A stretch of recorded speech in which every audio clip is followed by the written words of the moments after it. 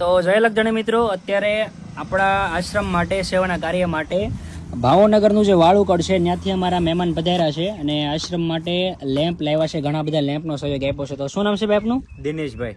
આપનું ભાઈ? પરવીનભાઈ. આપણે પ્રોપર કઈ જગ્યાએ રહેવાનું? વાળુકડ, બરોબર છે, ભાવનગર જિલ્લાનું વાળુકડ ગામ. હા. અને આજે તમે લેમ્પ લાવ્યા છો સેવા માટે, તો તમને કોઈ કીધું હતું કે તમને મનથી જ વિચાર આવ્યો? નહીં, મારા પોતાના મનથી જ વિચાર આવ્યો કે એક અલગધની આશ્રમ સારું કામ કરી રહ્યો છે, તો તે માટે હું એટલી નાનકડી એક સેવા કરું.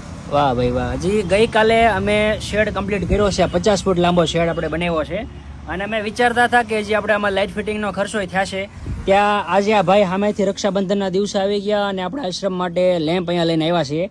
તો પહેલા તો તમને આવા બધા વિચાર આવે કઈ રીતે કે આવા સેવાના કાર્યો કરવા જોઈએ? એટલે આ વિચાર ત્યારથી આવ્યો કે હું જ્યારથી વિડીયો જોતો હતો ને ત્યારથી મને વિચાર આવ્યો કે નહીં ભાઈ, થોડુંક કાર્ય કરવું સારું. બરાબર. અને આ લેમ્પ તમે લાવ્યા છો, તમારે દુકાન છે કે ઇલેક્ટ્રિકની કે? ઇલેક્ટ્રિકની દુકાન બીજા ભાઈની છે, મારી નથી પોતાની. બરોબર. તો તમે ત્યાંથી લઈને આ લેમ્પ આશ્રમ માટે લાવ્યા છો? સીતારામ ઇલેક્ટ્રિક.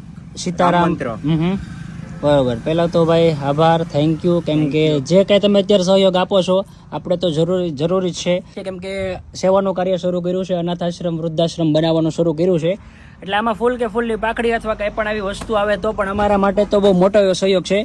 ભાઈ જો ઘણા બધા લેમ્પ લાવ્યા છે અને 1-2 દિવસમાં આપણે લાઇટ ફિટિંગનું પણ કામ કરી નાખશું.